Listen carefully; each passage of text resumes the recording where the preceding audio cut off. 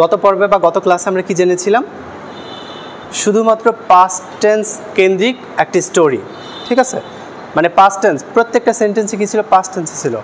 আজকের যেই কয়েকটা এখানে বাক্য আছে বা যে স্টোরিটা আছে, ঠিক আছে, এই স্টোরিতে আমরা কয়েক ধরনের সেন্টেন্স বা কয়েক ধরনের টেন্স ব্যবহার করা শিখব। তো এইভাবে ছোট্ট ছোট্ট গল্প, আমি কিন্তু একবারে কমপ্লেক্স কোনো স্টোরি নিয়ে আসি নাই, ঠিক আছে? সহজ সহজ কিছু ছোট ছোট বাক্য নিয়ে একটা করে গল্প সাজায় এখানে হাজির করছি, আর এগুলোকে কীভাবে ট্রান্সলেটিং করতে হবে এই মেথডগুলো আমরা শিখছিলাম, তাই তো? আচ্ছা, দেখি আমরা আজকে কীভাবে খুব সহজেই এই স্টোরিটা বাংলা থেকে আমরা ইংরেজিতে ট্রান্সলেটিং করব। দেখো কি আছে, ফাহিম এখন ফুটবল খেলছে। ফাহিম এখন ফুটবল খেলছে, এখন খেলছে, তার মানে কি? এটা প্রেজেন্ট কন্টিনিউয়াস টেন্স, তাই না? আচ্ছা, দেখি আমরা এটা টোটালটা ট্রান্সলেটিং করি। নাও ফাহিম ইজ, প্লে থেকে কি হয়ে যাবে? প্লেইং কি? ফুটবল, তাই না? ফুটবল।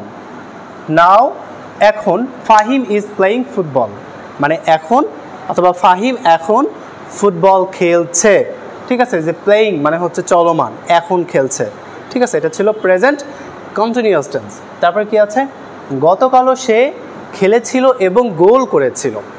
গতকালও সে খেলেছিল এবং কি করেছিল? গোল করেছিল। এইটা কোন টেন্স হবে? গতকাল, তার মানে কি? এটা কি গত হয়ে গেছে না? হ্যাঁ, গত হয়ে গেছে না? তাহলে এটা কোন টেন্স হবে? Past tense. কোন টেন্স হবে? Past tense. তাহলে কি হবে? গতকাল ইংরেজি কি? ইয়েস্টারডে। গতকাল ইংরেজি কি? Yesterday he played. প্লে থেকে কি হয়ে যাবে? প্লেড। অ্যান্ড গোল করেছিল, এটার ইংরেজি আমরা এভাবে করব যে স্কোরড, স্কোরড গোল, স্কোরড আ গোল, অথবা গোল দিতে পারি আমরা। একটি গোল করেছিল বললে আমরা বলবো এ গোল অথবা গোল। তাহলে হি প্লেড ইয়েস্টারডে, গতকালও, হি প্লেড সে খেলেছিল, অ্যান্ড এবং স্কোরড গোল সে গোলও করেছিল। গতকালকে সে খেলেছিল এবং কি করেছিল? গোল করেছিল। কে? ফাহিম। আচ্ছা, তারপরে পরের বাক্য দেখো, আগামী সপ্তাহে সে একটি টুর্নামেন্ট খেলবে। আগামী সপ্তাহে সে একটি কি খেলবে? টুর্নামেন্টে খেলবে। সে ভালো প্লেয়ার, এলাকায় যারা ভালো প্লেয়ার থাকে তারা কি টুর্নামেন্টে খেলতে যায় না? তাদেরকে হায়ার করে নিয়ে যায় না? নিয়ে যায়, কিন্তু নিয়ে যায় না? আচ্ছা, তাহলে যেহেতু ফাহিম ভালো খেলে, তো সেক্ষেত্রে সে আগামী সপ্তাহে কি করবে? একটি টুর্নামেন্টে খেলবে। ও কি খেলছে? খেলা তো এখনো হয়নি, তার মানে কি? খেলবে। এটা কি ভবিষ্যৎ না? বলো, ভবিষ্যৎ টেন্সকে আমরা কিভাবে করব, বা ভবিষ্যৎমূলক এই সেন্টেন্সটাকে আমরা কিভাবে ট্রান্সলেটিং করে দেখে নিই। তাহলে আগামী সপ্তাহে, এটার ইংরেজি কি? Next week. আগামী সপ্তাহ বা পরবর্তী সপ্তাহে। তাহলে নেক্সট উইক সে, সাবজেক্ট নিয়ে আসতে হবে। হি, যেহেতু present indefinite tense, will, will কি হবে? প্লে। তাহলে নেক্সট উইক, আগামী সপ্তাহে, হি উইল প্লে, সে খেলবে একটি টুর্নামেন্টে। তাহলে কি হবে? Play, play in a tournament, tournament. তাহলে next week he will play in a tournament. এখানে এটা দেওয়া হয়েছে কেন? কারণ একটি টুর্নামেন্টে বলছে, দেখো একটি টুর্নামেন্টে খেলবে। কথা বুঝতে পারছো? এই যে উইল প্লে মানে হচ্ছে খেলবে, উইল প্লে মানে কি? খেলবে। তারপরের বাক্য কি আছে? ভবিষ্যতে সে একজন ভালো খেলোয়াড় হতে চায়। ভবিষ্যতে কি? সে একজন ভালো মানের খেলোয়াড় হতে চায়। বুঝতে পারছো? তাহলে এটা কি হবে?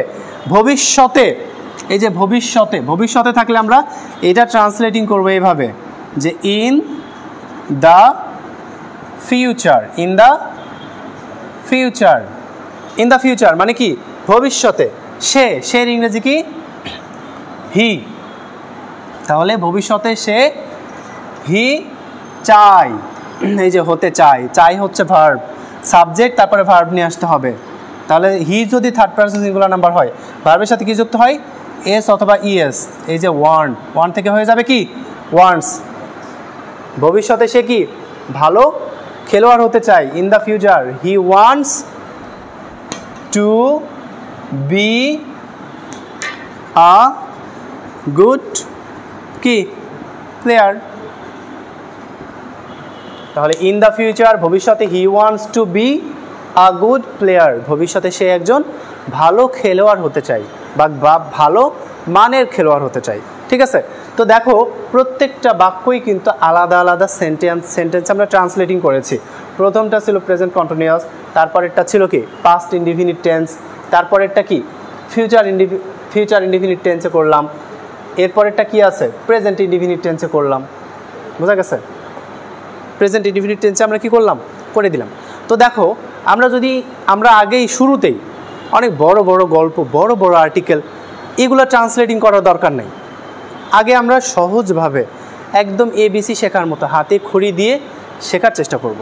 তাহলে আমরা আমাদের ইংরেজিতে যে লেখার দক্ষতা বা স্কিল, আমরা এই স্কিলটাকে ডেভেলপ করতে সক্ষম হব ইনশাআল্লাহ। ঠিক আছে, কথা বুঝতে পারছো? তাহলে এই ছোট্ট ছোট্ট গল্পগুলোই আমাদের সহায়ক টুলস হিসাবে ভূমিকা পালন করবে ইনশাআল্লাহ।